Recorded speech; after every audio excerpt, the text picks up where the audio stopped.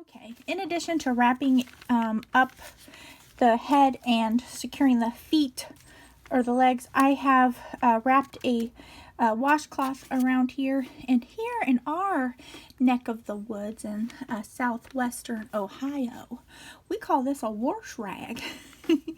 I do say washcloth when I'm out in public. But anyway, I secured it so the arms aren't flopping around. And you know what? I didn't always used to have all this prep time. I was very impetuous and very impatient. And over the years, I realized, you know what? If you just take the time to prepare, then you're going to have better results and you're not going to get frustrated.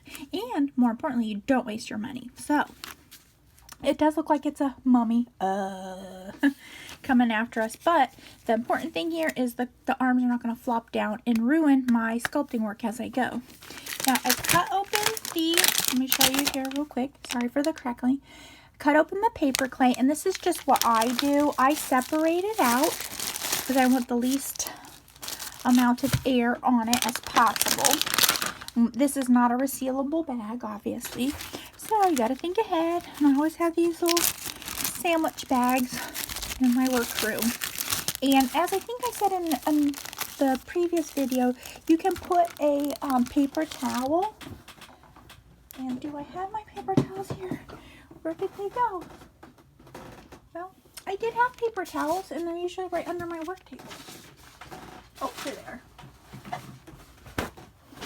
Okay. You can get a paper towel wet. I'm going to keep this little watering can in here. Oop, a little overage there. I'm gonna seal up this wet paper towel in my other bag that I'm not working with, just to kind of keep the moisture in there. And I don't know that that works exactly how I think it works, but you know what? I'm going with it, and it's just what I do, so I feel like it works. I really do. Okay, and then I'm going to keep that in this bag that I'm working on off to the side. Now, what we're going to do is, and I'll just show you, take a little pinch off, and I think we'll start from the thumb back. I'm going to zoom in here so we can get close, and hopefully I'm paying attention to where I'm at so you guys aren't getting blocked by my big hands. And take a little pinch and work that into a basic little cylinder like so, and that will be the thumb. I'm going to go ahead and put that on our little armature that's there, and you'll see you're gonna see the crack there where it meets. Now, when I'm working with my clay, I can blend in to cover that. Now, because this is two different materials. This is the rubber and then the paper clay. I'm limited to how much I'm actually going to be able to blend in. The good thing about the paper clay is you can sand it with sandpaper when you're done after it's dried. So if this is raised up too much, let's look here at this side. If this gets raised up too much, and you can really see where it joins, it can get sanded. But in general, with something that is this fragile, I try my best to not have to do any type of sanding. But just know that's a possibility. It's still something you can work with. Now, you see the little stress crack there. Now, that was partially already there, but also I did that when I put in the armature. So I'm going to go ahead and try to fill that in a little bit with that paper clay. And if you haven't used this, it's the best. I can go on and on about this. All right, now I feel like that's about as much as I'm going to be able to work into that crack. And it's always going to look a little bit jarring and not quite right until it gets all painted in the same color. but you do want to take a little gander, look around before you move on of where it's joined. And I'll do that before I even start to shape the actual thumb. Oops. All right, you want water.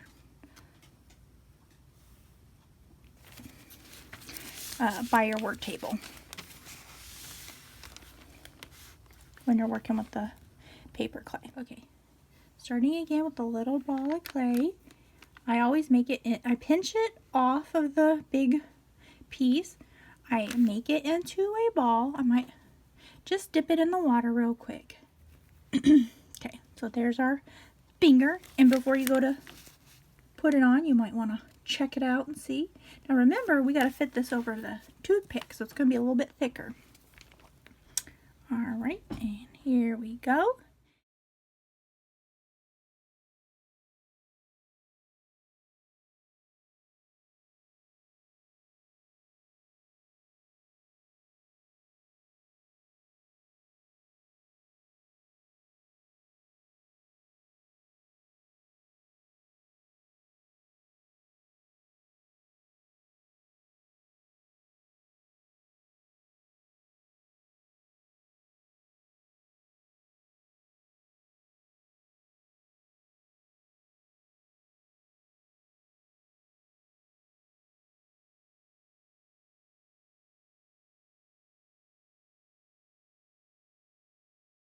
Okay, let me catch you up where we're at now. Went ahead and did the time lapse, so you wouldn't have to suffer through each finger. You get the general idea. What I'm doing now is, because I kind of went a little bit crazy adding the water as I went, I basically made the clay non-workable. Your safest bet is to stop before you ruin your previous work. Just let it dry a little bit. Now, painting this is going to have to be part 3. Part 3 will be in a couple of days. Shouldn't take too much longer than that, and then I can go ahead and paint and show you how to finish it out, and that's when we'll get the woo, we'll get the wow. I have a fingernail tool that I use for my larger dolls. I'm going to use my tatting needle real quick, and I'm going to put in the little lines that you see right here. Oh, kind of little baby fat chubby finger wrinkles that's here, and try to match up over here. And it just kind of depends on how, again, if the clay is mushy, it might not take the detail.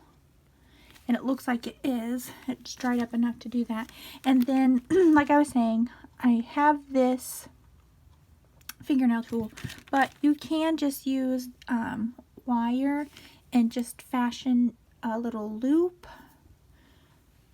and then press that in there to get the fingernail shape.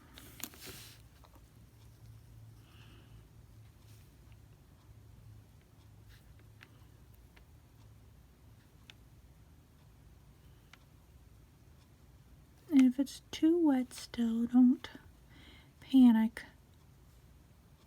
Just go back. Here's the thumb. Not a moment too soon, because that looks like it's almost dry on the tip. I'm going to let that air dry. And then we will do the painting in the next step. I'm going to examine that as it's drying. So for the rest of the day, and you'll want to do this too, if you start it, it gets a little too wet, you'll just want to keep checking back on it maybe every 15 minutes or so and see what you can do as far as smoothing out anything. So I'm going to call this a win, and then we are going to do a part 3 and get these painted.